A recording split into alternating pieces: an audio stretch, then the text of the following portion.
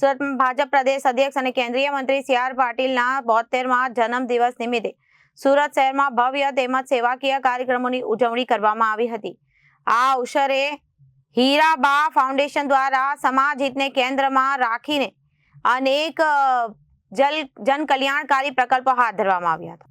ફાઉન્ડેશનના પ્રતિનિધિ પિયુષ દેસાઈએ મીડિયા સાથે વાતચીતમાં જણાવ્યું કે ફાઉન્ડેશન દ્વારા અત્યાર સુધીમાં 4800 દીકરીઓને આર્થિક સહાય આપવામાં આવી હતી. સી.આર. પાટીલના જન્મદિવસ અવસરે વધુ 5100 દીકરીઓને આર્થિક સહાયના ચેક આપવામાં આવ્યા. આ રીતે અત્યાર સુધીમાં કુલ 9900 દીકરીઓને ફાઉન્ડેશન દ્વારા સહાય પહોંચાડવામાં આવી છે. ઉલ્લેખનીય છે કે નરેન્દ્ર મોદીના 75મા જન્મદિવસના ઉપલક્ષમાં દરેક દીકરીને 75000ની સહાય આપવામાં આવી રહી છે. ફાઉન્ડેશનનો આગામી લક્ષ્યાંક સુરત શહેરની કુલ 21000 દીકરીઓ સુધી આ સહાય પહોંચાડવાનો છે. વિદ્યાર્થીઓના અભ્યાસને પ્રોત્સાહન આપવા માટે શહેરના વિવિધ વિસ્તારોમાં લગભગ 1,25,000 જેટલી નોટબુકનું વિતરણ કરવામાં આવ્યું. આ પહેલાનો મુખ્ય હેતુ ગરીબ અને જરૂરિયાતમંદ વિદ્યાર્થીઓને શિક્ષણમાં સહાયતા આપવાનો છે.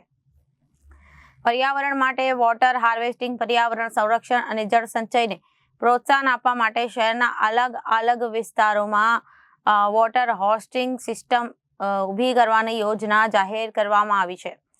આ પ્રકલ્પ દ્વારા વરસાદી પાણીનો ઉપયોગ કરીને પાણી સંરક્ષણ અંગે જનજાગૃતિ લાવવાનો પ્રયાસ કરાયો હતો અને પાટીલના જન્મદિવસને સેવાકીય કાર્યો સાથે જોડાતા કાર્યક્રમોમાં દ્વારા સમાજમાં શિક્ષણ, મહિલા સશક્તિકરણ, પર્યાવરણ સંરક્ષણનો સંદેશ આપવામાં આવ્યો હતો. મારું નામ પિયુષ દેસાઈ છે. અમે હીરાબાનો હોમકાર ફાઉન્ડેશન ચલાવીએ છીએ અને આજરોજ અમે પાટીલ સાહેબના જન્મદિવસ નિમિત્તે 5100 દીકરીઓને ઇન્ડોર સ્ટેડિયમમાં ચેક વિતરણનો કાર્યક્રમ રાખેલો હતો. એની સાથે જ અમે 1,25,000 જેટલી નોટ વિતરણનો કાર્યક્રમ રાખેલો છે અને એમાં પણ પ્લસ કરતાં આજે 72મા જન્મદિવસ નિમિત્તે અમે 72 જગ્યાએ સુરતમાં અલગ અલગ જગ્યાએ વોટર હાર્વેસ્ટિંગનો કાર્યક્રમ રાખેલો છે. અત્યાર સુધીમાં અમે 4800 દીકરીઓને ચેક વિતરણ કરી ચૂક્યા છે અને આજે 5100 એટલે અમે 9900 જેટલી દીકરીઓને અમારી મદદ પહોંચી ચૂકી છે. Bureau report, Janadesh news.